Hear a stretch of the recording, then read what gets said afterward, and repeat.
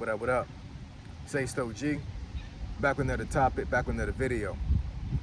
So the title of this video is going to be, did Karmelo Anthony get the right sentence?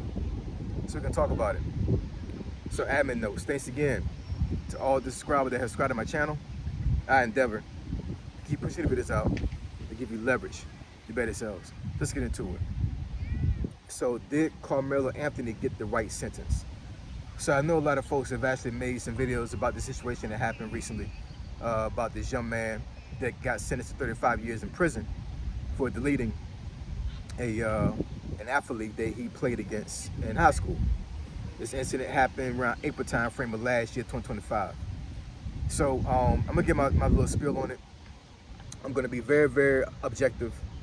I'm not gonna try to take sides or anything like that. You know what I'm saying? I'm gonna try to, for the most part, speak just facts and just give my personal opinion on things.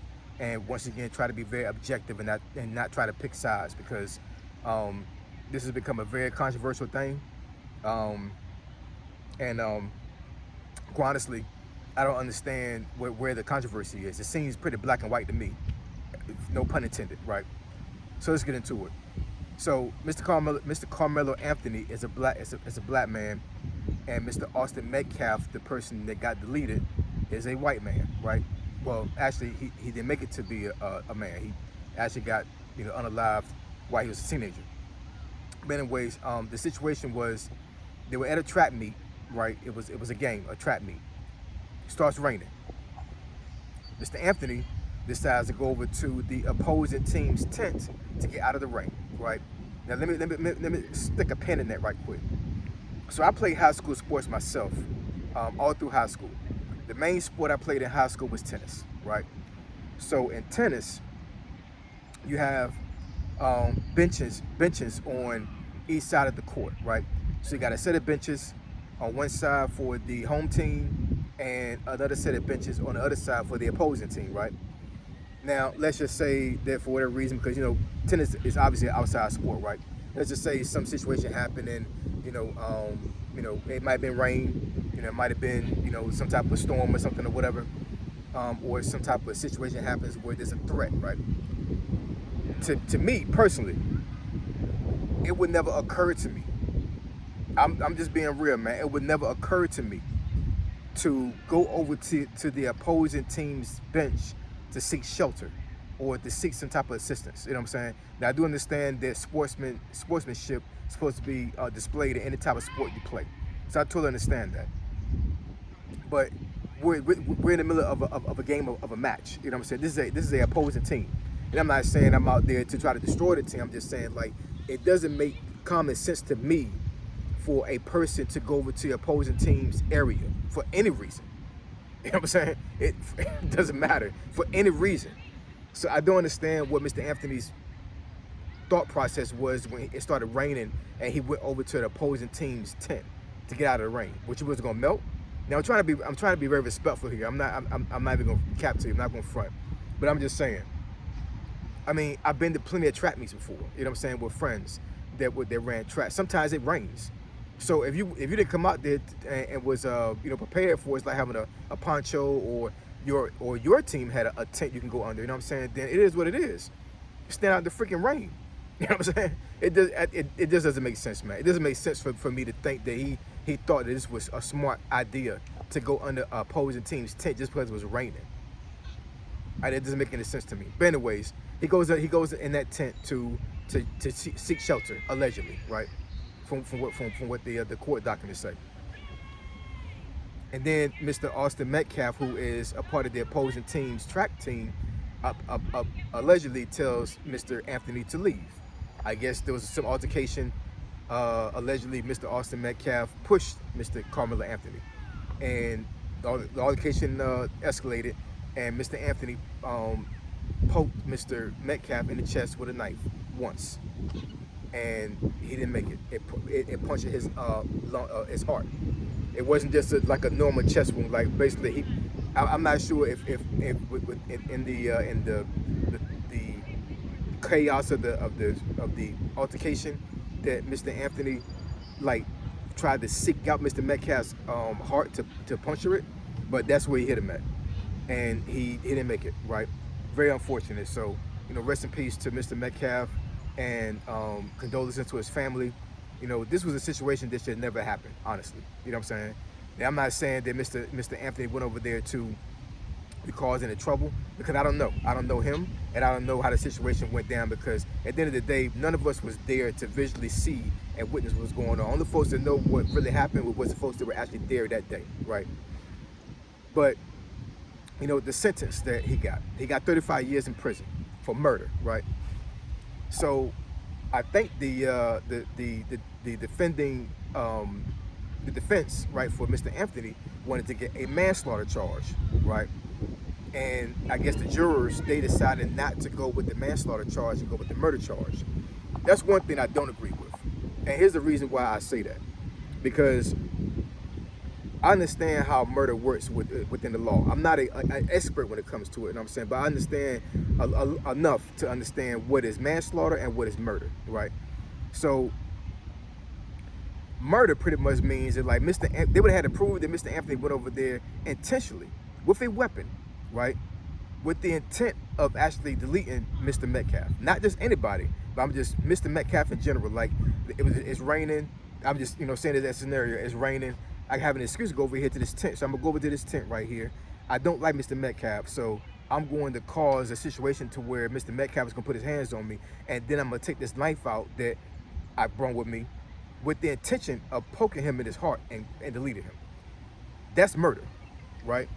Manslaughter is you get in a situation to where you had no clue you was gonna get yourself into, and you defend yourself, right? Whether it be you took too much of a defensive posture and you mess around and deleted somebody, or not. You know what I'm saying?